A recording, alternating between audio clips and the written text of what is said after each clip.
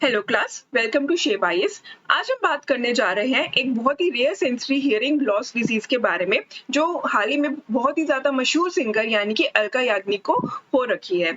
यह एक बहुत ही ज्यादा मशहूर सिंगर है जिन्होंने अपनी इस बीमारी के बारे में हाल ही में ट्विटर में जानकारी दी है और बहुत से ज्यादा अपने फॉलोअर्स को इस चीज की चेतावनी भी दी है कि कम से कम आप जितने भी हेडफोन यूज कर रहे हैं या लाउड म्यूजिक का इस्तेमाल कर रहे हैं उनसे थोड़ी दूरी बना के रखिए। तो चलिए आज हम इस डिजीज के बारे में जानते हैं जिसे हम कहते हैं सेंसोरियल हियरिंग लॉस।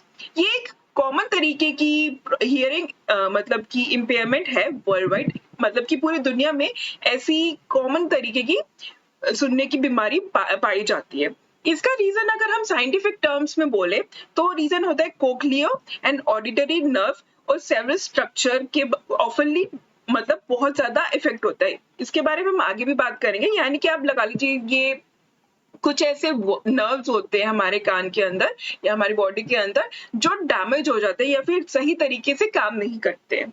तो थोड़ा इन डिटेल में अगर हम बात करें तो होता क्या है, अगर हम लेमन लैंग्वेज के बारे में बात करें तो ये देखिए ये हमारा स्ट्रक्चर होता है कि ये होते हैं आउटर ईयर। आउटर ईयर जहां से हम कान के पर्दे होते हैं, कान के पर्दे मतलब कि कान के पर्दे कह रहे हो जो कान होते हैं, वहां से आप लगा लीजिए कि बाहर से आवाज आती है, आउटर ईयर तक वो पहुंचती है। देन उसके बाद मिडल ईयर तक पहुंचती है। मिडल ईयर तक यहाँ पे भी जो आवाज है वो पहुंच जाती है दोनों ईयर तक। लेकिन जो ये आवाज है ये इनर ईयर तक नहीं पहुंच पाती और यही पे सबसे बड़ी प्रॉब्लम हो जाती है। क्यों? क्योंकि ये जो इनर ईयर है ये आवाज को ब्रेन तक पहुंचाने में हेल्प करता है। अब जब आपकी आवाज आपके ब्रेन तक ही नहीं पहुंचती तो आप लगा लीजिए कि आप कैसे उस चीज को मतलब उस चीज को जज करेंगे, उस चीज को सुन पाएंगे। तो आप लगा लीजिए एक तरह से आवाज का और आपके ब्रेन का जो कनेक्शन है वो टूट जाता है। ठीक है, अब इसके कॉजेस क्या होते हैं? सबसे पहला कॉज है जेनेटिक म्यूटेशन, यानी कि आपके पूर्वजों द्वारा दी गई आपको बीमारी, मतलब आपके अगर पूर्वजों में भी ये बीमारी पाई गई है तो हो सकता है कि आप में भी ये बीमारी हो।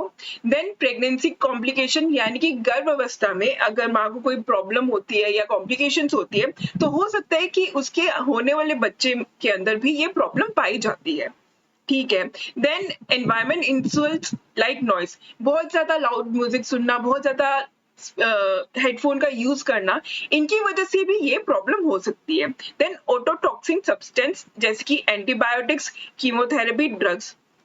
देखिए कुछ ड्रग्स होते हैं जो हमें सूट नहीं करते, एक जगह से अगर कोई फायदा करता है तो दूसरी तरीके से नुकसान भी कर सकते हैं। जैसे कि कीमोथेरेपी के जो ड्रग्स होते हैं, जो एंटीबायोटिक्स ड्रग्स होती है, ये बहुत स्ट्रॉन्ग मेडिकेशन होती है, तो इनकी वजह से भी आप कह सकते हैं कि आपको हियरिंग लॉस जैसी प्रॉब्लम हो सकती है।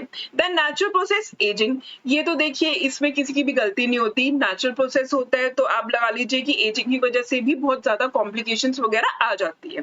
Then infections and disease like meningitis, mumps, measles, autoimmune disease like Meniere disease, इन डिजीज की वजह से भी ये प्रॉब्लम हो सकती है। आप कह सकते हैं कि ये एक तरीके से इन डिजीज का साइड इफेक्ट हो सकता है। देन ट्रॉमा जैसे कि हेड इंजरीज, कभी किसी का अगर एक्सीडेंट हो गया हो या फिर इनर ईयर ट्रॉमा, सेम चीज अगर आपका ट्रॉमा हो चुका हो यानी कि आपका एक्सीडेंट मतलब जो भी पेशेंट है उसका अगर एक्सीडेंट वगैरह हो गया हो तो उसकी वजह से भी वह उस व्यक्ति को यह बीमारी हो सकती है। देन अब इसका इम्पैक्ट क्या होता है, यानी कि कैसे इंसान को ये प्रभावित करता है। इसका प्रभाव कुछ इस प्रकार है कि ये कॉज करता है इनसेंसिटिविटी एंड वीक साउंड्स, यानी कि आपको जो साउंड्स होते हैं, जो भी मतलब ध्वनि होती है वो बहुत ही ज्यादा कम सुनाई देती है, बहुत ही ज्यादा वीक सुनाई देती है। देन हियरिंग लॉस भी होता है। देन लाउडनेस लिक्विडमेंट, यानी कि आप तेज सुनना मतलब आपको तेज सुनने की वो हो जाती है, आपको तेज चिल्ला के बात करने की आप कह सकते हैं बहुत ज्यादा आस्था सुनाई नहीं देता, तेज सुनाई देता है, मतलब सामने वाला तेज बोले तो सुनाई देता है। Then poor perception and pitch auditory space, देखिए हमारे अंदर एक प्रतिभा होती है जिसे हम कुदरती कहते हैं। कुदरती एक प्रतिभा होती है जिसमें क्या होता है कि हमें जज करने की बहुत ही ज़्यादा अच्छी क्षमता होती है। अब जज कैसे? आप लगा लीजिए कि 2-3 बंदे अगर एक साथ बोल रहे हैं, आप डिफरेंशिएट कर लेंगे कि 2-3 बंदे क्या-क्या बोल रहे हैं, किसकी कैसी वॉल्यूम है, किसकी क्या जजमेंट है, कौन क्या कर पाता है।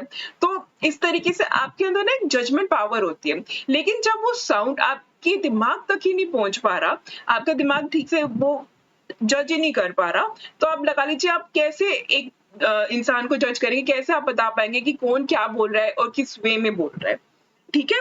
Then difficulty in understanding speech, यानी कि आपको जो भी बात करता है, कोई भी कुछ करता है, उसको समझने में आपको प्रॉब्लम होती है।